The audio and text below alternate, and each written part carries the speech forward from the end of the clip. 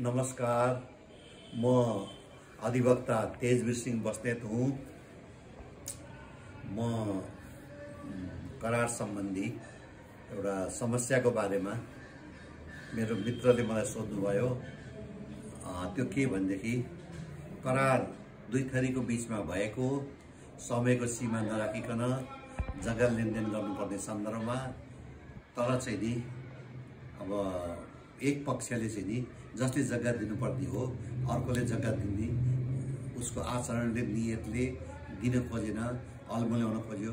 यसमा कानुनी उपचार के छ भनेर सोध्नु भएको हुनाले त्यसको चाहिँ नि मैले उहाँलाई जवाफ चाहिँ नि दिनेछु, जुन सबैको लागि उपयोगी कानुनी रूपले हुन्छ।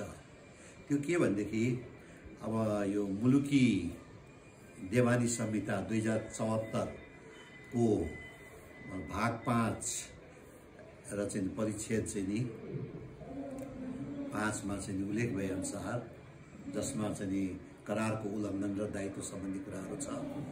त्यसमा चाहिँ नि के छ भनेदेखि अब त्यसै करार भएको छ तर चाहिँ नि अब जग्गा दिने पक्षले जग्गा पाउने पक्षलाई चाहिँ नि उसको व्यवहारबाट एकदम लिङ्गरिङ नदिने नियतले उसले आचरण गरेको छ भनेदेखि मतलब यही मुलुकी देवानी संहिता 2074 को चाहिँ नि यो करार उल्लङ्घन र उपचार सम्बन्धी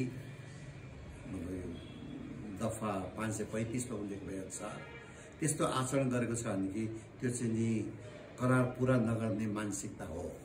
त त्यस्तै गर्दा अब यसमा चाहिँ नि कानुनी उपचारको कुरो के छ भनेदेखि मतलब यो यसै करार सम्बन्धी कुराहरू जुन मुलुकी देवानी संहितामा जुन छ त त्यसअनुसार चाहिँ नि मुद्दा गर्नुपर्ने कारण परेको मितिले 2 वर्षभित्र चाहिँ नि हदम्याद हुन्छ। यस्तो किसिमको केस लड्नको लागि पुनरावेदनमा सिधै चाहिँ नि मुद्दा लाग्दछ। त त्यसरी चाहिँ नि अब 2 वर्षभित्र हदम्यादभित्र पारेर नालिस मतलब कानुनी उपचारको लागि नालिसै दिनु पर्यो पुनरावेदनमा चाहिँ नि। त्यसबाट चाहिँ नि यसमा चाहिँ नि यथोचित अदालतले चाहिँ नि मद्दत चाहिँ नि त्यो मेरो मित्रलाई चाहिँ नि गर्दछ। यस्तो अवस्थामा अरूले पनि यही नै अवलम्बन नियम गर्नु उपयुक्त हुन्छ। धन्यवाद।